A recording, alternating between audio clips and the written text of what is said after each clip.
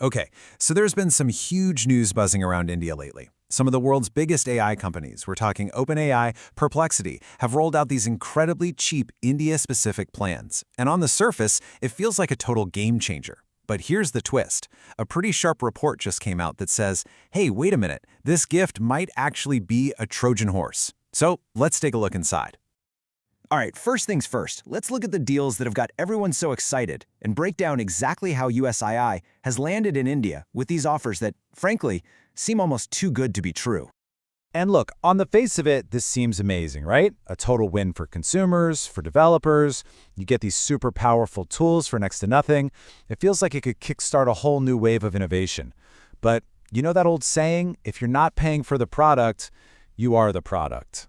And this is where it gets absolutely wild. Just look at the numbers here. We're not talking about a small discount. A ChatGPT subscription that costs $20 in the US, it's just 399 rupees in India.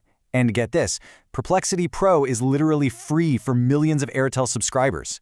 This is a game changer in terms of who can get their hands on this tech. But, as you might have guessed, there's another side to this story.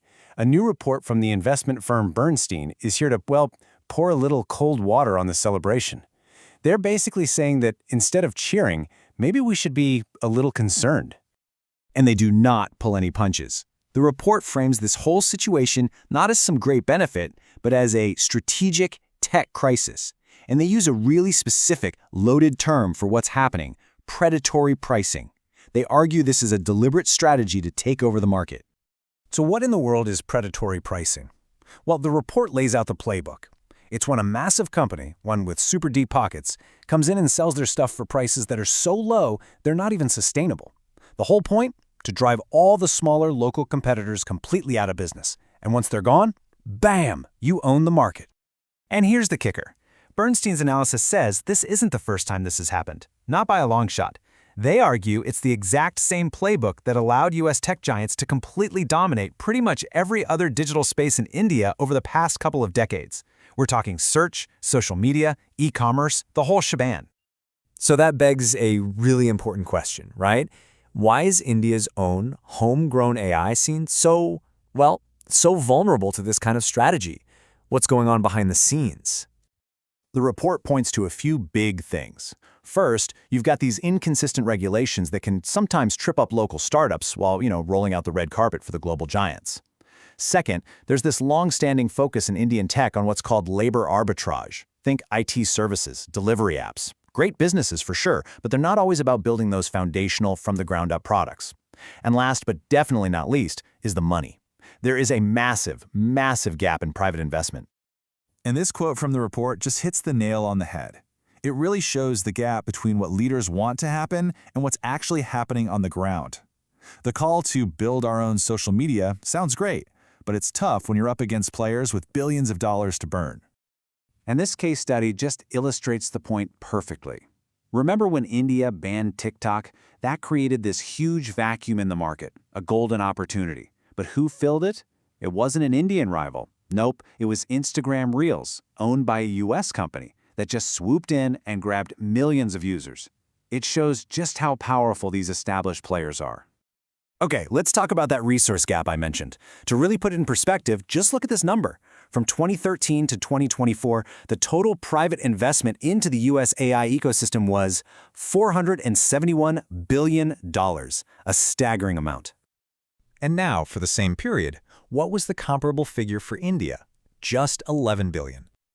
And this chart really just drives the point home. It puts that investment gap in a global context. You see the US way out in front. China's a distant second, but still a powerhouse. And then you see India. The investment isn't nothing, of course, but it's just completely dwarfed by the competition. Okay, so the report then makes this really fascinating and frankly pretty stark comparison. It puts two national strategies side by side.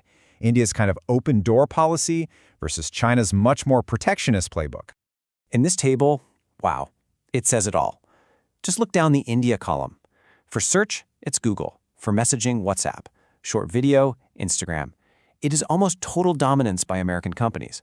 Now cast your eyes over to the China column. Baidu, WeChat, Douyin. It's a completely different world. It's an entire ecosystem of homegrown champions. So what's the big takeaway here? According to Bernstein, these two very different policies have led to two completely different destinies for their digital economies. The report concludes that India's open approach has meant that most of the value and the data flows out of the country to the US. Meanwhile, China's protectionism allowed its local companies to grow and eventually become global competitors themselves.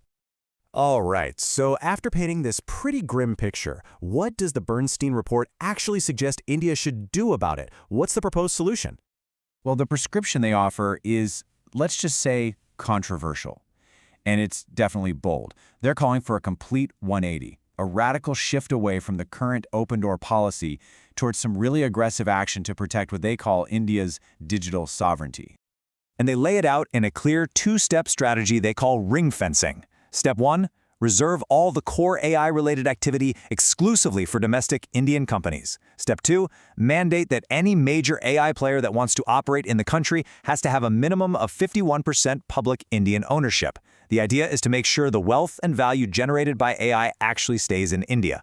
And that brings us to the final, really provocative question that the report leaves us with. It's a direct challenge, really.